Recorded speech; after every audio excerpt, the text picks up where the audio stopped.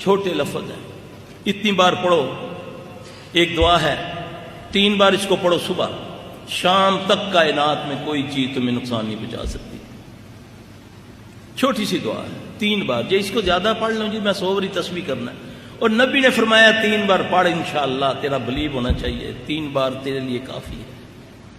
یہ کرو. یہ ساری رہنمائی، ہر چیز کا علاج، کون سا علاج ہے، کون سی فزیکلی بیماری، کون سی روحانی بیماری ہے جو قرآن میں اور حدیث میں اس کا علاج موجود نہیں ہے.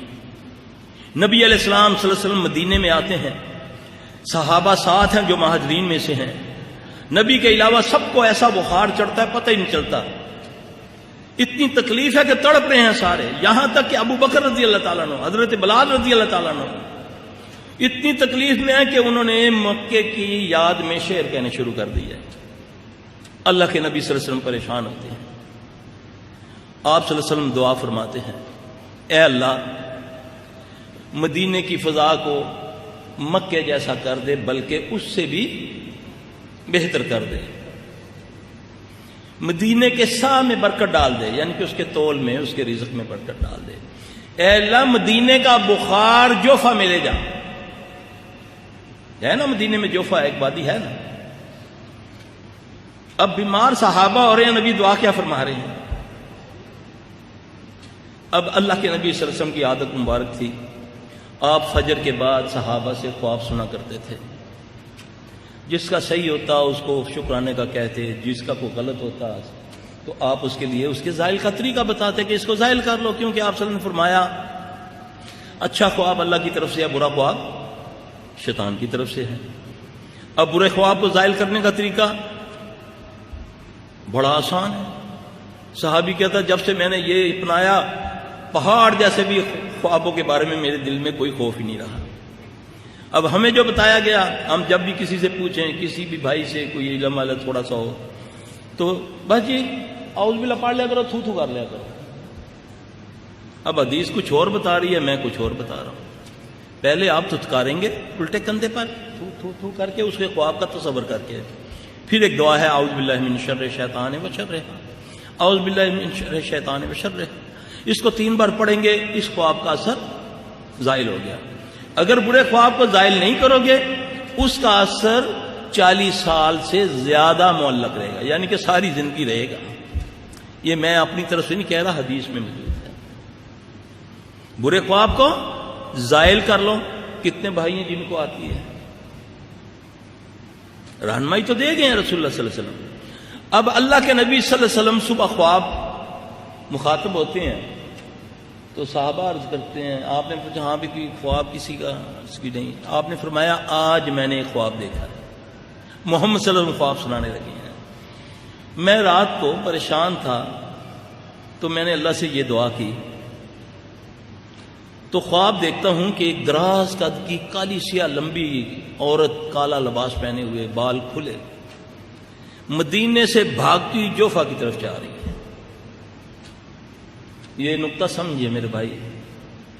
ہم اپنی کم علمی میں تو اس کو خاص کر جو ہمارے بھائی علم والے آپ کہلاتے ہیں، زیادہ تر اللہ ماشاءاللہ سب تو نہیں، وہ جہالت کے انداز سے ان چیزوں کو رد کر دیتے ہیں.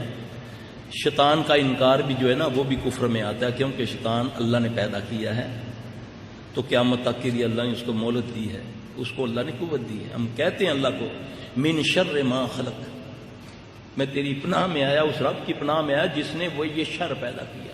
شیطان بھی اللہ نے پیدا کیا ہے. اب اللہ کے نبی صلی اللہ علیہ وسلم کو آپ نے فرمایا، سنایا، تو اس کے بعد ہی جتنے صحابہ بیمار تھے ساروں کو اللہ نے شفا دے دی. اور وہ کیا تھا؟ وہ بخار کیوں ہوا؟ وہ اسیبی بیمار تھا. اسیبی جن بیماریاں لگاتے ہیں، شیاطین جنوں کی وجہ سے بیماریاں لگتی ہیں. میری جو اسیسمنٹ ہے کم از کم نہیں تو 90% بیماریاں جنات لگاتے ہیں. وہ بیماریاں جن کو میڈیکل سائنس ثابت نہیں کر سکتی. آدمی کو بیماری موجود ہے لیکن وہ وہاں ہاتھ اٹھا لیتے ہیں، نہیں جی ہمیں سمجھ نہیں آ رہی، ٹیسٹ سارے صحیح ہیں. گائنی سے لے کر سر درد تک کون سی ایسی بیماری ہے جس کا علاج تمہیں قرآن و حدیث میں موجود نہیں ملتا؟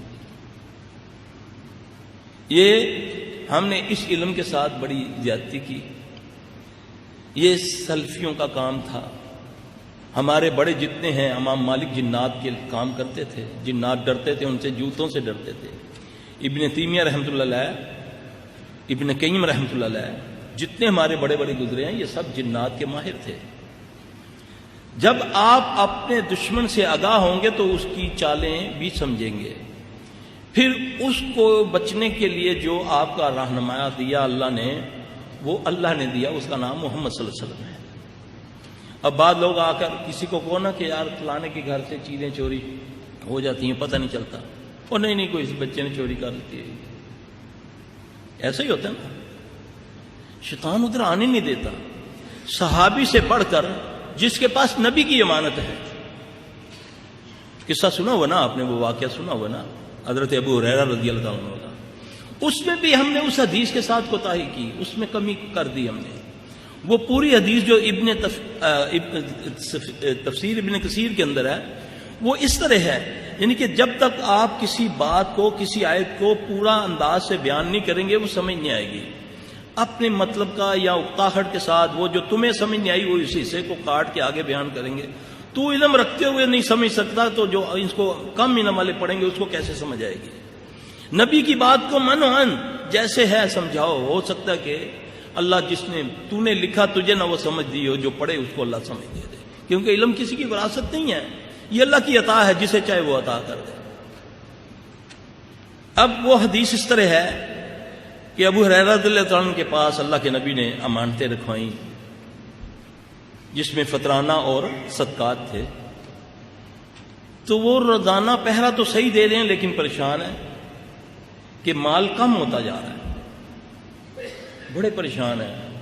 اللہ کے نبی کی خدمت میں حاضر ہوتے ہیں، عرض کرتے ہیں یا رسول اللہ صلی اللہ علیہ وسلم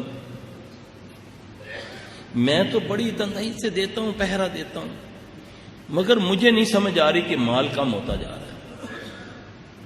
رسول اللہ صلی اللہ علیہ وسلم نے اسے فرمایا کہ تو یہ پڑھ، سبحان من سخرک لمحمد صلی اللہ علیہ وآلہ وسلم. یہ لفظ پڑھے. ابو ہریرہ رضی اللہ عنہ فرماتے ہیں کہ میں نے ان لفظوں کو پڑھنا شروع کیا تو کیا دیکھتا ہوں کہ ایک بندہ چادر بچھا کے مال سمیٹ رہا ہے. اس سے پہلے اس کو نظر نہیں آیا. انسانی روپ میں نے جب اس کو پڑھنا شروع کیا سبحان من سخرک لمحمد صلی اللہ علیہ وآلہ وسلم، تو کیا دیکھتا ہوں کہ ایک بندہ چادر بچھا کر مال کو سمیٹ رہا ہے. میں نے اس کو پکڑ لیا.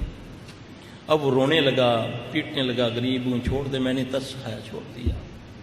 رسول اللہ صلی اللہ علیہ وسلم نے مجھ سے پوچھا، میں نے یہ ماجرا بتایا. آپ نے فرمایا ہو سکتا ہے کہ وہ تیرا مہمان آج پھر آئے. پھر دوسرے دن اسی طرح کا واقعہ ہوا. پھر آپ صلی اللہ علیہ وسلم کو عرض کی تو آپ نے فرمایا ممکن ہے کہ وہ آج بھی آئے. تیسرے دن پکڑا، بڑا اس کو شدت سے رونے لگا. اچھا ایسا کرو، میں تمہیں کچھ ایسے کلمے سکھاتا ہوں کہ اگر تم اس کو پڑھ لیا کرو گے تو میں نہیں آؤں گا. صحابی رسول نہیں پہچان سکے یہ ماجرا کیا ہے جب تک نبی رہنمائی نہیں فرما رہے. اس نے بولا تم آیت الکرسی پڑھ لیا کرو تو میں نہیں آؤں گا. یہ صحیح حدیث ہے، جانتے ہیں سارے، بڑی کامن ہے. اس کے باوجود میں اگر کسی بندے کا کوئی سائل میرے پاس آتا ہے اور کہتا ہے میرے گھر سے اس طرح معاملات ہوتے ہیں، میرے پیسے تجوریوں سے غائب ہو جاتے ہیں، کپڑے غائب ہو جاتے ہیں، اور میں کہتا ہوں نہیں ایسا نہیں ہو سکتا، تو اس سے بڑی جہالت کیا ہوگی. اس کا علاج بھی بتا رہا ہے نبی صلی اللہ علیہ وسلم کے ذریعے ہمیں، وہ بتا بھی رہا ہے، اس کے سورسز بھی بتا رہا ہے کہ کس طریقے سے ایسے ہوتا ہے. یہ علیحدہ بات ہے کہ میں نے اس کام پر محنت ہی نہیں کی، میں نے تو اس پر خیانت کی. اور آج یہ حال ہے کہ لوگ آستانے آباد ہیں. کیا کیا ہو رہا ہے لوگوں کے ساتھ. جو مجبور ہے وہ کیا کرنے کے لیے نہیں تیار ہو جاتا. کتنے لوگ تقوی لے ہیں، ورنہ تو اولاد کی خاطر میں نے اللہ کی قسم لوگوں کو ہندوؤں کے پاس جاتے اولاد کو، اہل حدیثوں کو دیکھا ہے ہندوؤں کے پاس جا کر علاج کروا رہے ہیں، دوسرے رافضیوں کے پاس، گندے ترین عقیدے عیسائیوں کے پاس لوگ جا کر علاج. بھئی ان کو تم کہتے ہو یہ کرتے ہو وہ کرتے ہو، پہلے ان سے پوچھو تمہیں مسئلہ کیا ہے. اب ایک بندہ ہے، اس کے بچے کو تکلیف ہے، اس کی بچی کو تکلیف ہے، اس کی بچی کپڑے پھاڑتی ہے، برہنہ ہو کر چھت پہ چڑھ جاتی ہے، درخت پہ چڑھ جاتی ہے، وہ عزت دار آدمی ہے، وہ کیا کرے گا؟ وہ کیا کرے گا؟ کسی نے بولا جی فلاں مزار پر لے جاؤ اس کو، جا کر وہاں جمعرات کو دھمال ڈلوایا کرو تو یہ ٹھیک ہو جائے گی۔ اور وہ اچھا بھلا پڑھا لکھا بندہ، سمجھدار، ٹھیک ٹھاک آفیسر، وہ یہ کام کرتا ہے، اور دوسرا بندہ اس سے پوچھتا ہے جی آپ کیا پڑھے لکھے آدمی، یہ کیا جہالت والا کام کرتے ہیں؟ وہ کیا کہے گا؟ وہ کہے گا جی میرا تو یہ مسئلہ ہے، یا ہم اس کا کوئی متبادل بتا دو، جس جمعرات کو میں وہاں دھمال نہیں ڈلواتا، پھر پورا ہفتہ یہ برہنہ ہو کر بھاگتی رہتی ہے۔ اگر آپ نے اس کو اس سے روکنا ہے تو اس کا متبادل دیں جو آپ کے پاس موجود ہے قرآن و حدیث میں۔ قرآن میں سب کچھ ہے، حدیث میں سب کچھ ہے، لیکن میں نے اس علم کے ساتھ زیادتی کی۔ اس کی وجہ سے آج ہند و پاک کیا پوری دنیا میں شرک و بدعت، جس کو شیطان ایک کو پکڑتا ہے اس کو القاء کرتا ہے کہ تم فلاں کے پاس جاؤ، وہ اس کے پاس جاتا ہے، اس کو چھوڑ دیتا ہے۔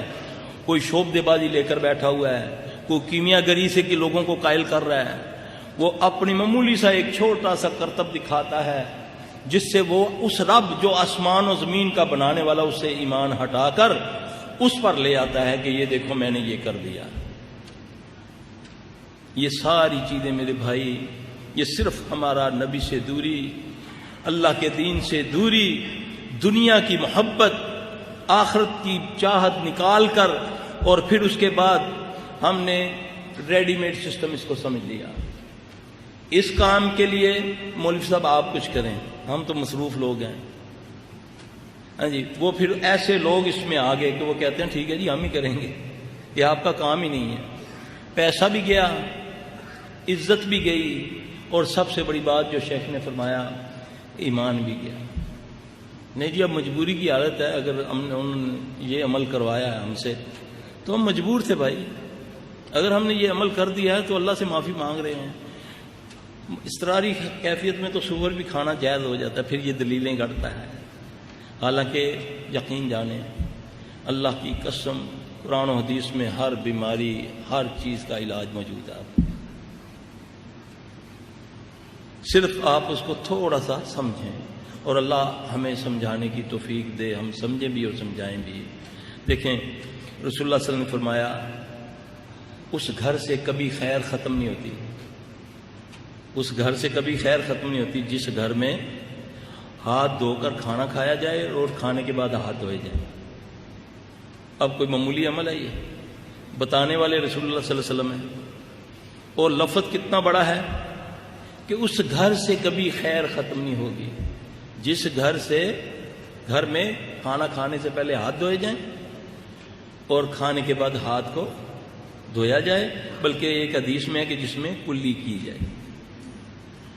آپ کتنی بڑی گارنٹی کون دے رہے ہیں؟ محمد صلی اللہ علیہ وسلم۔ آپ نے فرمایا صبح جب تم فجر کی نماز کے بعد 3 بار اس کو پڑھ لو، بسم اللہ الذی لا یضر مع اسمہ شیء فی الارض ولا فی السماء وهو السمیع العلیم، جو اس کو 3 بار پڑھ لے گا، صبح سے شام تک کوئی چیز اس کو زمین و آسمان میں اس کو ضر نہیں پہنچائے گی، کوئی جادو، کوئی ٹونا، کوئی نظر، کوئی بم، کوئی کچھ۔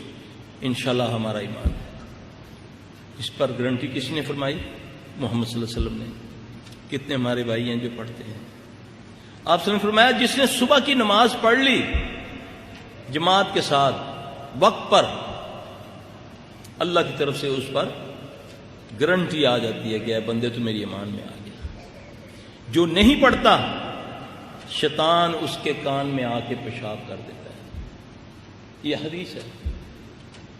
جو نہیں پڑھتا فجر کی نماز، شیطان اس کے کان میں آ کے پیشاب کر دیتا ہے۔ یہ کہاوتیں نہیں ہیں، جیسے آپ نے فرمایا نا کہ بسم اللہ سے کھانے سے پہلے بسم اللہ پڑھ لیا کرو، سیدھے ہاتھ سے کھایا کرو۔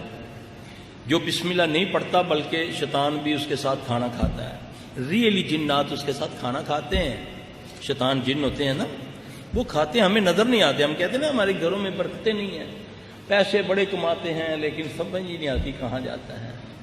خیریں خیریں ملیں گی صرف محمد صلی اللہ علیہ وسلم کی باتوں پر عمل کر کے.